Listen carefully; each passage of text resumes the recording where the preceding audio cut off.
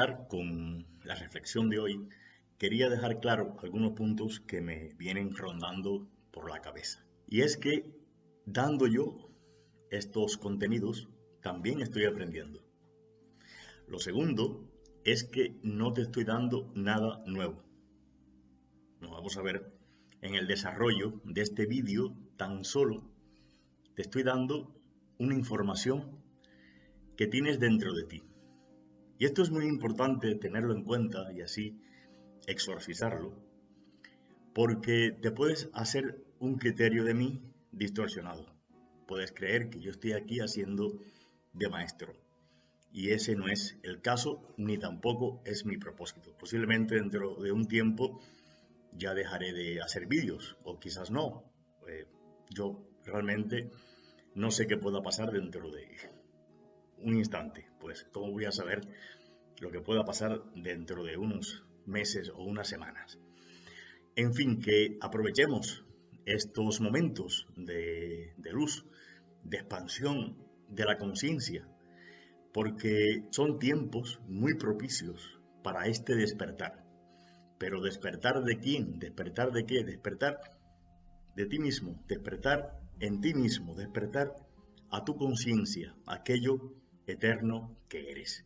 Bueno, pues les he preparado una reflexión muy interesante, así que quizás en algún momento la lea, en otros momentos la comente, pero sí que te puedo decir que es de primera mano.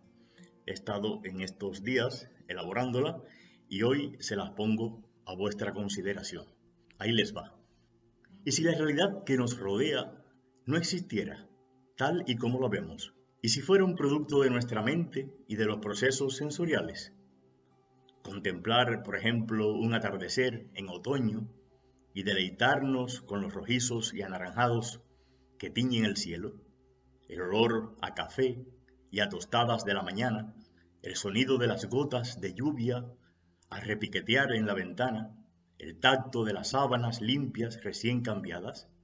¿Y si nada de esto existiera?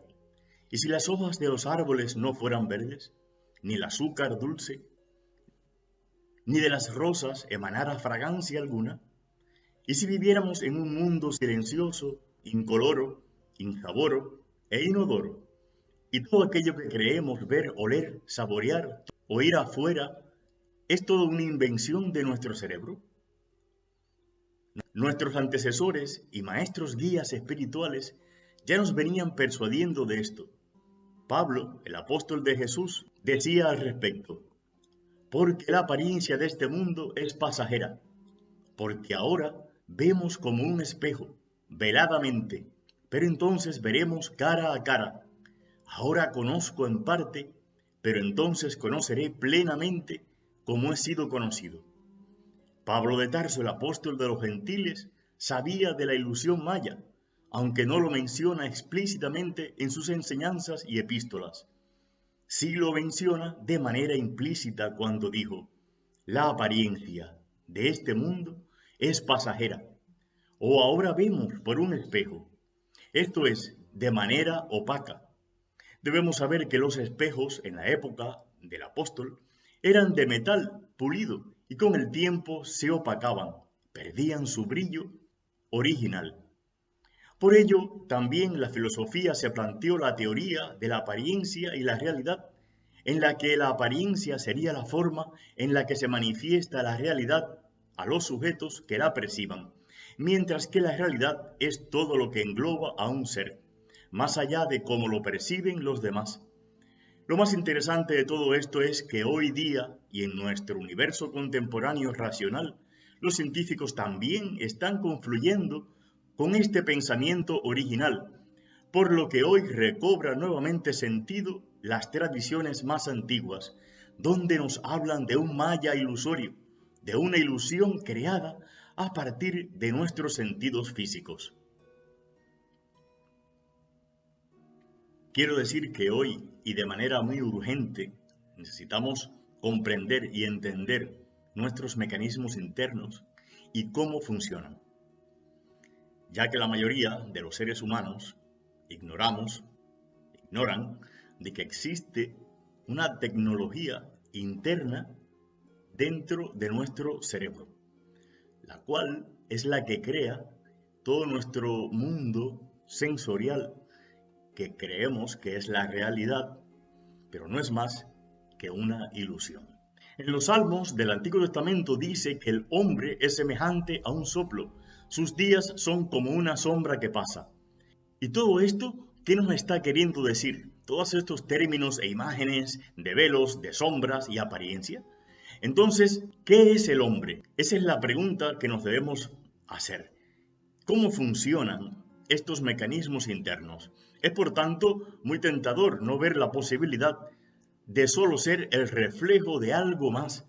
El ser humano es como una sombra que proyecta su andar en un universo creado por él mismo y proyectando desde su interior, donde todo lo que vemos o creemos ver no es más que una ilusión. Y esto sería, a manera de conclusión de todo este análisis anterior, que deberíamos de tener claro antes de comenzar a liberarnos del sistema en el que estamos, el cual se aprovecha justamente de esos mecanismos creacionales del hombre para, y desde esa ignorancia o velo, dirigirnos a su antojo. Así es como funciona la malla o matriz, queridos amigos. Solo funciona mientras nosotros permanecemos tras ese velo de la ilusión. Resulta muy interesante que en la actualidad estos conceptos ancestrales recobran su fuerza. Por eso, y en ese sentido, no debemos desdeñar nada. Ya los antiguos maestros, e insisto, nos dejaron muchas pistas para que entendiéramos cómo funciona el universo, pero a partir de nuestra mente y emociones. En la literatura y en el cine lo vemos en la llamada Matrix, esa película que a todos nos ha llamado tanto la atención y que ha marcado un antes y un después, la cual alude desde un punto de vista más técnico de que estamos, y sugiere de que estamos viviendo en un gran computador o realidad virtual holográfica.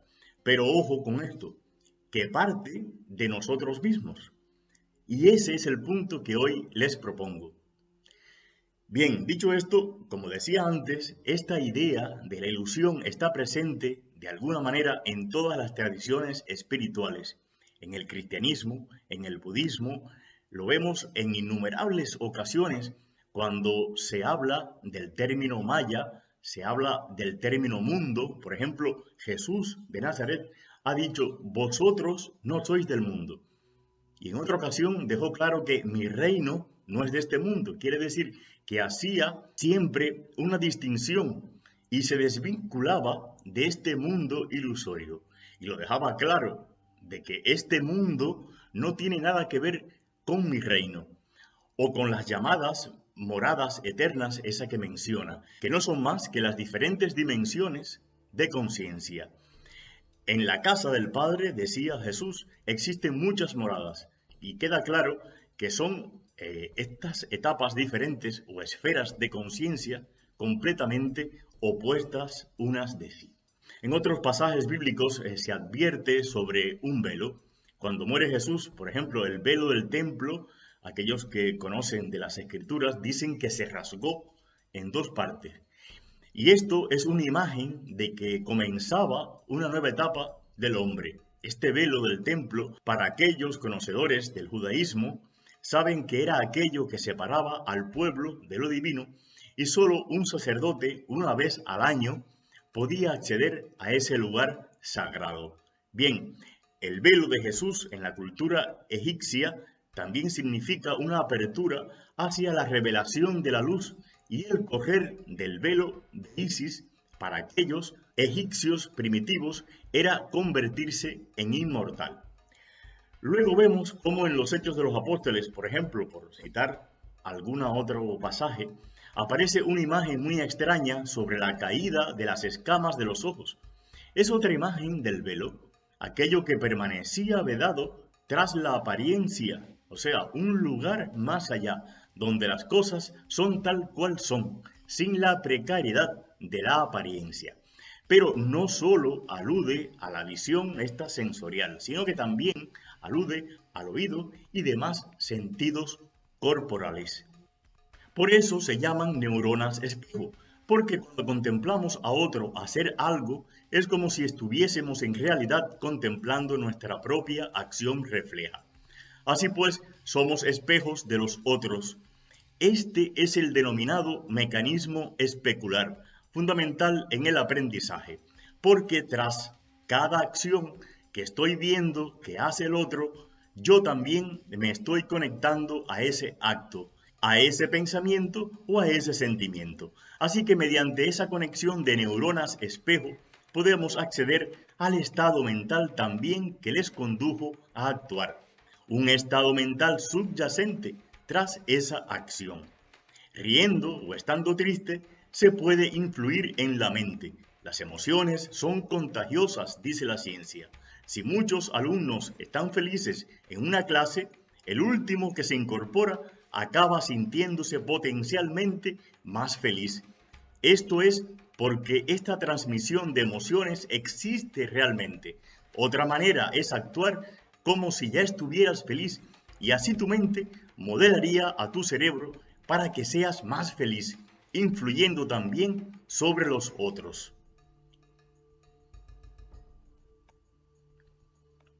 Así es que si investigamos un poquito más y nos vamos a lo que dice la ciencia en la actualidad, veremos que todo esto que estamos hablando confluye con aquello que dice hoy la neurociencia, cuando se refiere, por ejemplo, a las neuronas espejo, la cual afirma, y esto es ciencia y es psicología pura, el cerebro conquista, copia, siente y actúa. Sabíamos que teníamos instinto de imitación, de sentir el sufrimiento del otro, de padecerlo incluso, pero no habíamos sido capaces de explicar exactamente por qué pasa esto. ¿Qué es la realidad? Pues fuera de nosotros no hay luz, solo hay energía electromagnética, ni tampoco hay olores, tan solo partículas volátiles. ¿Y esto qué tiene que ver con todo esto que estamos hablando? Pues esto lo explica. El hecho de que algunos se enfermen y otros no, explica el porqué de aquellos que tienen su sistema inmune débil, estos son más propensos para enfermar. Pero este sistema inmune se debilita a factores emocionales de índole interno que pasa a través de esa influencia externa. Lo más interesante es que esta habilidad de nuestro cerebro para mezclar las informaciones procedentes de diversos sentidos no es innata, sino que la aprendemos tras nacer, la cual es capaz de integrar de forma rápida los sentidos, los cuales nos capacitan para hacer los juicios al instante. Se cree que el ego en el niño aparece a partir de los 7 u 8 años de edad.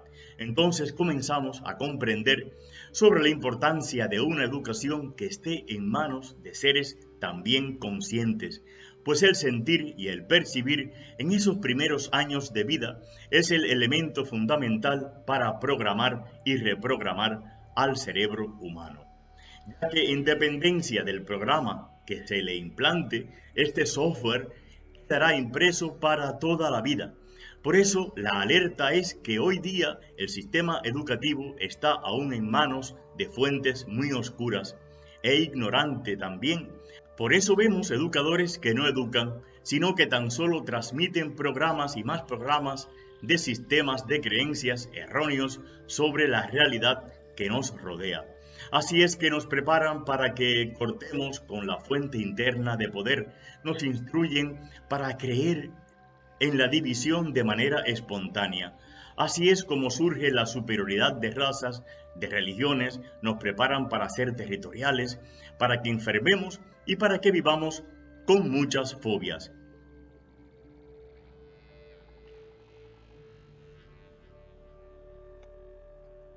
De ahí es que si no somos conscientes de todos estos procesos internos, de inmediato seríamos de muy fácil manipulación. Así que aquí de lo que se trata es de estar consciente justamente de estos procesos que estoy hablando, no te lo pierdas. Así que es que entendemos ahora cómo y con tan solo prender la televisión podemos captar todo un sinnúmero de esas energías negativas que nos llegan a través de esos sucesos que nos cuentan, noticias, llamadas, programas o programación. Así es como funciona el holograma virtual en el que estamos. Somos condicionados y teledirigidos a comportarnos y sentir emocionalmente de una manera inducida. La ciencia de hoy día sabe que cuando las células sensibles o receptores sensoriales que recubren nuestro cuerpo detectan un estímulo venido del ambiente exterior, esta célula lo capta y lo traduce en una señal eléctrica. Una vez que llega allí esa información, el cerebro, por tanto, se encarga de organizarla y darle un significado mediante un proceso llamado percepción. Entonces, hoy día ya se sabe que la mente humana tiene mucho de virtual por el modo en que transforma la realidad, la complejidad o la belleza que apreciamos en las cosas tiene que ver con la mente misma y sus posibilidades y también con sus limitaciones. Es la manera como el cerebro hace que percibamos las diferentes formas de energía que circundan en nuestro entorno. Y lo explicaré un poquito más.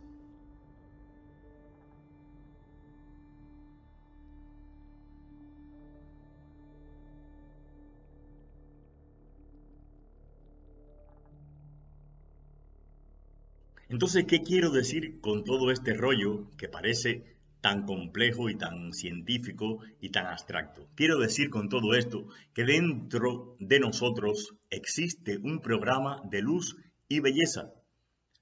Pues ahí y de manera innata está como por defecto. Esos códigos y geometrías son perfectos y que nadie te engañe al respecto.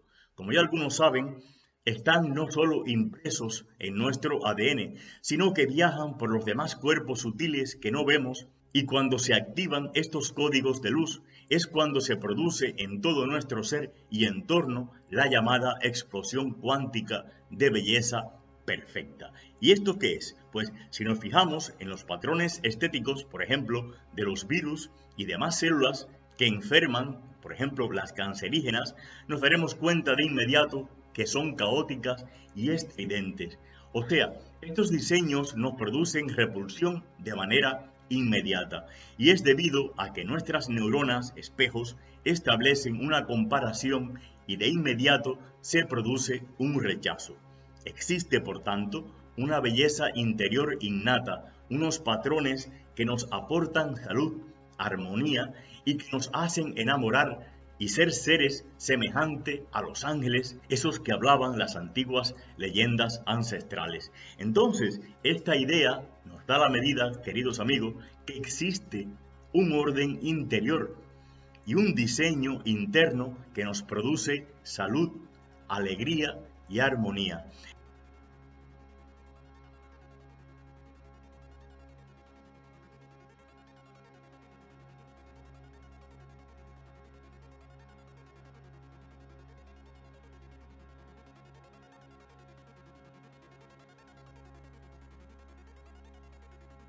Pero resulta que la manipulación entra aquí, la cual consiste y se da solo y desde ese exterior, la cual actúa siempre de manera muy sutil a través de mensajes quizás subliminales. El miedo, por ejemplo, no entra así de buenas a primeras. El miedo, como tal, es un programa. En un principio, este miedo entra por la inseguridad implantada, llamada quizás falta de fe. Por ejemplo, entra a través de una duda implantada, la cual te lleva a dudar de tus posibilidades infinitas. Luego te crees el programa, te crees la mentira, te crees la crisis inminente, te crees el desastre al que puedes ir. Entonces es que tu sistema de defensa comienza a alterarse, dado esos impulsos, y es que llega entonces el miedo. El miedo se activa, el miedo es un programa, el cual se encargará a través de la mente y las emociones de repercutir y crear o dar cabida a los diseños esos distorsionados que no son más que aquellos diseños que nos contaminan las células y nos hacen enfermar. Los agentes nocivos invasores actúan así. Por eso toda solución que provenga de ese exterior es una ilusión, no es de fiar. Así que cuando y desde ese exterior ilusorio pretendan introducir otras formas, otros conceptos o diseños de felicidad, de utopía, llámale como se le quiera llamar, ideologías, etcétera, estos diseños siempre serán invasores que a la larga dañarán a ese sistema interno de belleza interior que llevamos todos. Porque el sistema interno está hecho perfecto. De ahí es que la misión del maestro no es introducir nada nuevo, como les decía al principio, sino que consiste en ayudar al discípulo para que descubra lo que ya tiene de bueno y de luz en su interior. Y concluyo con una frase de Joe Dispenza, que se la cito textualmente. Joe Dispenza decía: lo más importante es comprender la naturaleza radical de este cambio en nuestra comprensión del funcionamiento del universo. Aquí está hablando del universo interior. Quizás podamos entrenar al cerebro y a la mente para que trabajen mejor y lleguemos a convertirnos en observadores más atentos de la realidad. Entonces continúa diciendo: si desarrollamos nuestro cerebro y nuestra mente, es posible que ejerzamos una mayor influencia sobre el mundo objetivo. La teoría es simple: la mente y el observador son fundamentales para la comprensión de la naturaleza de la realidad. Hay un campo infinito de energía que se extiende más allá de nuestro actual concepto del tiempo y del espacio, y que nos une con esa totalidad exterior del universo. Está queriendo decir que para comprender y para poder hacer un uso y un dominio de ese universo exterior, hay que tener un conocimiento del universo interior. Esto ya lo hemos dicho en otros vídeos. Para conocer el exterior material, para conocer y comprender la realidad exterior, tenemos que primeramente comprender los mecanismos de nuestro interior. Y nuevamente, como es afuera, así es adentro. La realidad es un campo de infinitas posibilidades sobre el que podemos ejercer una enorme influencia, siempre que nos adentremos en el estado mental apropiado. Claro está, dice Dispenza, cuanto más poderosa sea la mente subjetiva, más influencia tendrá sobre el mundo objetivo. Podemos cambiar la mente y el cerebro. Sabemos que el mero hecho de aprender conocimientos reestructura el cerebro y le permite ver las cosas de una manera más completamente abarcadora, pero más simple, diría yo, distinta y más armónica con ese universo exterior. Así que, queridos amigos, solo una cosa: recordar lo que ya saben. La experiencia pasa por tu conciencia. De ahí que tu conciencia es la que crea la experiencia y no al revés, como nos han dicho. Eres mucho más que esa experiencia que estás viviendo.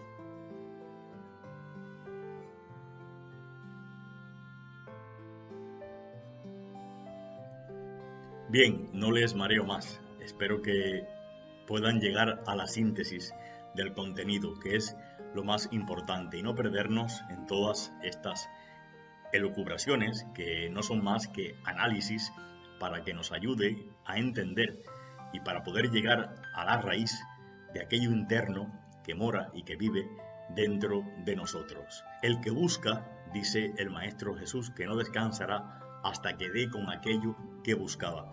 Y cuando lo encuentre, se estremecerá. Ya no hará falta de más nada. Muchas gracias por aquellos que están comentando.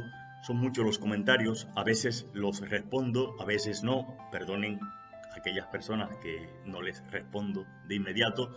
Lo trataré de hacer poco a poco porque a veces se me acumulan muchos comentarios.